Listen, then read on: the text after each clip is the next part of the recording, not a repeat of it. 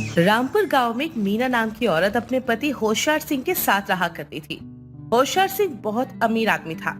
उसकी एक बड़ी सी किराने की दुकान थी, जहां जरूरत का हर छोटा मोटा सामान मिल जाया करता था। एक दिन होशियार सिंह अपने नौकर से कहता है, देख भाई, एक बात ध्यान से सुन ले मेरी। ग्राहक ना भगवान का रूप होता है। कभी उसकी बेइज्जती मत करियो। और हाँ, एक बात और याद रख, भगवान हमें ना जरूरत के हिसाब से ही चीजें देता है। जी मालिक, आपने सही कहा। और एक बात और, ग्राहक आए और पैसा ना भी हो ना तो कोई बात नहीं, सामान दे दिया कर, क्योंकि वो कहावत तो तूने सुनी होगी, कर भला हो भला। अरे क्या बात हो रही है ये भले बुरे की। होशियार सिंह मीना को ये सारी बातें बताता है। देख चिंटू, मैं तुझे समझाती हूँ। अगर कोई ग्राहक तुमसे ये पूछे कि चावल क्या भाव दिए हैं, तो तुम उसे बोलते हो 20 रुपए का 1 किलो। लेकिन क्या कोई ग्राहक 1 किलो के चावल के बदले तुम्हें 21 या 25 रुपए देता है? नहीं मालकिन, ऐसा तो कभी नहीं होता। जब चावल के भाव 20 रुपए है तो वो ज्यादा पैसा क्यों देगा? बस यही याद रखना कि जब ग्राहक हमें 1 रुपया भी ज्यादा नहीं देता ना, तो हमें भी चावल का एक भी दाना, सुन रहे हो ना तुम ध्यान से, एक भी दाना ज्यादा नहीं देना है। आ गई बात समझ में? मैं समझ गया मालकिन, आपकी बात समझ गया। अरे भाग्यवान, तू कैसी बातें करती रहती है जब देखो तब।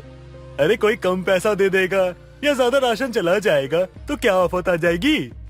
गांव के सभी लोग जानते थे कि मीना एक कंजूस औरत है और उसके अंदर दया नाम की कोई चीज नहीं थी। ना ही वो कभी किसी की मदद क्या करती। लेकिन उसका पति होशियार सिंह थोड़ा अलग था। वो सोने चांदी में लदा रहता था, लेकिन उसका मन बड़ा दयालु था। किसी को भी पैसे की मदद होती तो उसे तुरंत दे देता। किसी को भी राशन की जरूरत होती तो उसे उधार राशन दिया करता।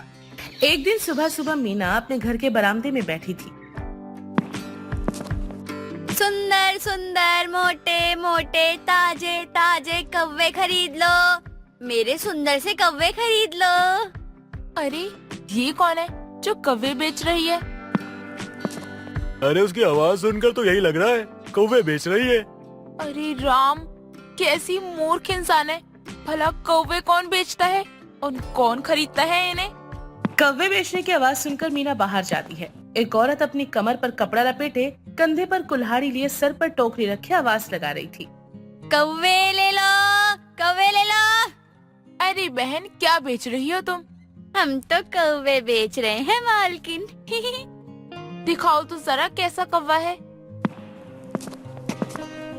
आदिवासी औरत अपना टोकरा चबूतरे पर रखकर मुस्कुराते हुए बोलती है, ये देखो मालकिन, कितने सुंदर सुंदर और प्यारे प्यारे कव्वे हैं। ये बहुत कीमती हैं। मीना की आंखें कौवे को देखकर खुली की खुली रह जाती है।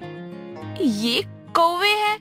वो कौवे नहीं बल्कि मोटे मोटे काले तीतर थे, और तीतर का मांस बहुत ही गर्म होता है और कीमती भी। ये देखकर मीना खुद से कहती है, कैसी मूर्ख औरत है ये। इतने बेशकीमती महंगे तीतरों को कौवे का जोड़ा बता रही है। अरे बहन, कितने रुपए के हैं ये तुम्हारे कौवे का जोड़ा? मालकिन 20 रुपए जोड़ा दिया है। अरे बहन, बड़ा महंगा दे रही हो तुम तो। 15 रुपए दूंगी, मंजूर हो तो बताओ। एक जोड़े के 15 रुपए ले लो। अरे नहीं नहीं, आप तो सबसे देखने में बहुत दयालु लगती हो। मुझ पे कृपा कर दीजिए, अरे खरीद लीजिए। कहाँ मैं इतनी गर्मी और धूप में भटकती रहूंगी। तभी मीना झूठ बोलते हुए कहती है, नहीं नहीं, मैं तो 15 रुपए ही दूंगी। बहन, वो क्या है ना, मेरे पति नहीं है और मैं कैसे करके अपना गुजारा चला रही हूँ, तो तुझे क्या ही बताऊँ अब। ठीक है मालकिन, कोई नहीं, आप ले लो। वैसे भी आप बहुत दयालु हो। मालकिन, ये रहे आपके 2 जोड़े कौवे। अच्छा ये लो बहन, तुम्हारे पूरे 15 रुपए। गिन लो अभी, फिर मत कहना कि पैसे कम दिए हैं। आपका बहुत बहुत धन्यवाद मालकिन, आप बहुत अच्छी हैं और बहुत दयावान हैं। अच्छा, तुम्हारा नाम क्या है ये तो बताओ। जी मेरा नाम चंपा है। अच्छा चंपा, अगली बार तुम्हें और भी ऐसे कौवे मिले ना तो तुम मेरे पास जरूर आना, मुझे बहुत पसंद है। जरूर मालकिन, अब मैं जब भी यहाँ आऊंगी तो आपके पास जरूर आऊंगी। आप सच में बहुत अच्छी हैं। इतना कहकर चंपा वो टोकरी उठाकर वहाँ से चली जाती है। और मीना अपने किए सौदे पर अपने पति को इतराते हुए तीतर दिखाती है। अरे ये देखो, मोटे तीतर मैंने उस बेवकूफ औरत से कम पैसे में खरीदे हैं। अरे ये क्या है भाई? अरे कौवे बेचने वाले के पास तीतर कहाँ से आ गए?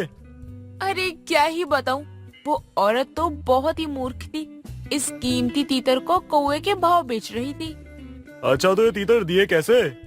15 रुपए के तीतर का जोड़ा है ये। सुनकर होशियार सिंह की आंखें फटी की फटी रह जाती हैं और वो हैरान होकर पूछता है। क्या कह रही है? सच में 15 का दे दिया? अरे बाप रे, ऐसा क्या किया तूने जो इतना सस्ता मिल गया? अरे वो औरत ही बेवकूफ थी, कुछ नहीं किया। जब वही सस्ते में बेच रही थी तो मुझे खरीदने में कौन सी आफत थी, मैंने भी खरीद लिए। ऐसे ही दोनों पति पत्नी उस दिन तीतर को बनाते हैं और मजे से खा जाते हैं। वहीं अभी भी मीना सस्ते तीतर खरीदकर खुश हो रही थी। ऐसे एक हफ्ते बाद सुबह का समय था और मीना बरामदे में बैठी सब्जियां काट रही थी। तभी उसे एक आवाज सुनाई देती है। रंगना ले लो, कोई ये सुंदर रंगना ले लो, चांदी जैसा चमकदार रंगना ले लो। अरे चंपा यहाँ आओ। अब ये रंगना क्या होता है? ये देखिए मालकिन, ये मेरा रंगना है। मीना बड़ी बड़ी आंखों से उस चमकदार मटके को देखती है। वैसे तो मटका पुराना था, लेकिन उसमें कुछ गड्ढे भी थे, लेकिन वो चांदी जैसा चमकदार और मजबूत दिखाई दे रहा था। देखने में तो बड़ा कीमती लग रहा है। कम से कम इस मटके के 1000 रुपए तो होंगे ही। इस मूर्ख से पूछती हूँ, देखूं तो सही ये मटका कितने का बताती है। अरे चंपा, क्या बोल रही थी तुम इसे? मालकिन, ये रंगना ना बहुत पुराना और बहुत मजबूत है। आप इसे एक बार हाथ लगाकर तो देखिए। अच्छा, कितने पैसे लोगी तुम इसके? मालकिन, बस 100 रुपए ही लूंगी इस रंगने के। बहन देख, बहुत महंगा बेच रही है तू ये रंगना। मैं 80 रुपए दूंगी, वरना तुम अपने रंगने के लिए कोई दूसरा ग्राहक ढूंढ लो। हाँ ठीक है मालकिन, आप बहुत भली औरत है, इसलिए मैं आपसे ज्यादा मोल भाव नहीं करूंगी। ये मेरा रंगना अब आपका हुआ, आप मुझे 80 रुपए दे दीजिए। मीना 80 रुपए निकाल कर गिनती है और चंपा को दे देती है। चंपा खुशी खुशी वहाँ से चली जाती है। मीना मटका लेकर वहाँ से घर आती है। उसे देखकर बहुत खुश होती है। ऐसे ही मटका खरीदे हुए 5 दिन हो गए थे, फिर चंपा उसे आते हुए दिखाई देती है।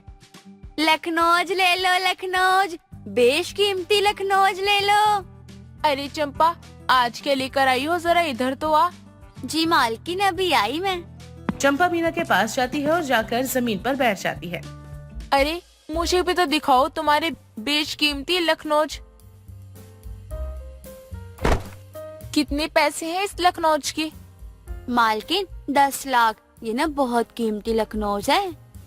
ये तो बहुत ज्यादा महंगा है चंपा, कुछ ज्यादा ही पैसे नहीं मांग रही हो तुम? वो मालकिन क्या है ना, ये मेरे अकेले के लखनौज नहीं है, ये ना मेरे पूरे कबीले के हैं, और ना मुझे वापस जाकर ना उन सबको हिस्सा भी देना है। इसे तो जंगल का कोना कोना मालूम है। यहाँ आसपास हीरो की बहुत सारी खदानें हैं और उनके बारे में सबको पता नहीं है, और न ही उन सबको खोदा गया है।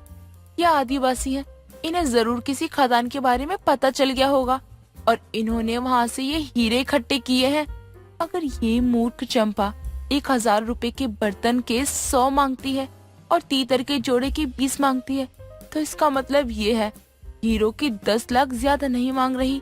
ये हीरे तो बहुत कीमती लग रहे हैं। इसमें से कुछ हीरे तो कंचे के बराबर है और कुछ मटर के दाने के बराबर। अरे बहन, कितने होंगे ये लखनौज? मालकिन, ये न पूरे 22 लखनौज है। ठीक है बहन, मैं ये तेरे सारे लखनौज खरीद लूंगी, लेकिन इतना पैसा इकट्ठा करने के लिए मुझे थोड़ा समय चाहिए। ठीक है मालकिन, आप बहुत दयालु हैं। मैं शाम को फिर आती हूँ, तब तक आप पैसों का इंतजाम कर लीजिएगा। इतना कहकर चंपा वहाँ से चली जाती है और वहीं मीना अपने पति को सारी बातें बताती है। उसका पति उसकी बात सुनकर कहता है, तुझे कुछ भी कह करना कोई फायदा नहीं है, तेरा दिमाग खराब हो चुका है। होशियार सिंह समझ गया था कि मीना को करनी तो अपने मन की है, इसलिए वो चुप रहता है और वहाँ से चला जाता है। अगली सुबह मीना गहने ज्वेलर के पास लेकर जाती है और उन्हें बेच देती है और बदले में पैसे लेकर वहीं गिरवी लाल के यहाँ जाकर वो अपने घर के कागज मोटी रकम में रखकर वापस अपने घर पहुंचती है। ऐसे ही रात हो जाती है और चंपा मीना के घर आती है।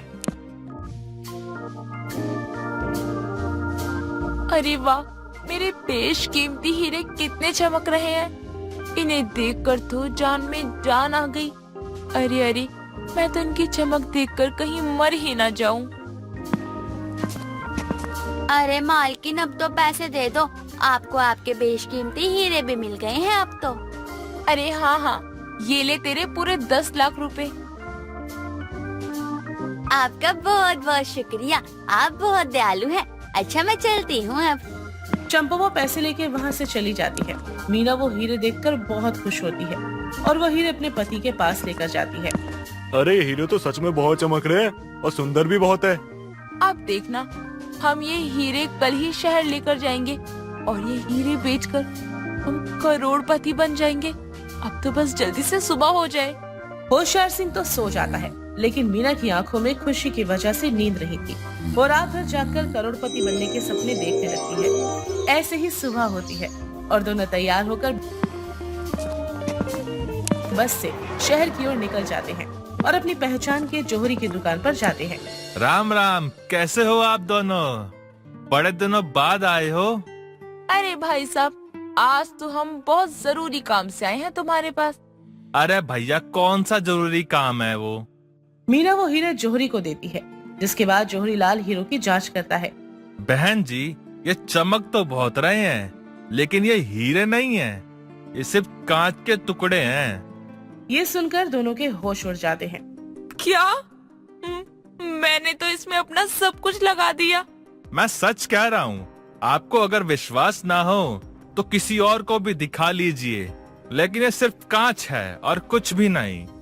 हे भगवान, इसका मतलब उस चंपा ने मुझे बेवकूफ बना दिया और मैं सोच रही थी कि मैं बेवकूफ बना रही हूँ। असली बेवकूफ तो मैं निकली। अरे पड़ गई ठंडक, अब पड़ गई ठंडक तेरे कलेजे को, अब मिल गया सुकून। अरे तेरी चालाकी के कारण न देख देख क्या हो गया, हम बर्बाद हो गए। अरे अरे मेरा बीपी बढ़ रहा है, अरे मुझे कुछ हो रहा है। ए भगवान, मैं लुट गया, बर्बाद हो गया। अरे तो मुझे क्या पता था कि ये सब हो जाएगा। अरे मैंने तो सोचा था कि हम करोड़पति बन जाएंगे, लेकिन हम तो रोडपति बन गए। अरे अभी भी वक्त है, जाकर उस औरत को ढूंढो, क्या पता उसी गांव में मिल जाए। अरे हाँ, ये तो मैंने सोचा ही नहीं। अरे भाई साहब बिल्कुल सही कह रहे। अरे चलो चलो ढूंढते हैं उसे, वरना बर्बाद हो जाएंगे। ए चल मीना चल, क्या सोच रही है, जल्दी चल। ऐसी होशियार सिंह अपने नौकर को कहकर चंपा का पता लगवाते हैं, तो पता चलता है कि वो एक फ्रॉड औरत थी। ये सुनकर तो मानो मीना के पैरों तले से जमीन ही निकल गई। उसने जो सपने देखे थे वो क्षण से टूट गए। चंपा ने ऐसा जाल फेंका जिसमें मीना फंस गई और लालच और सस्ते के चक्कर में मीना ने अपनी बेवकूफी के चलते सब कुछ गंवा दिया।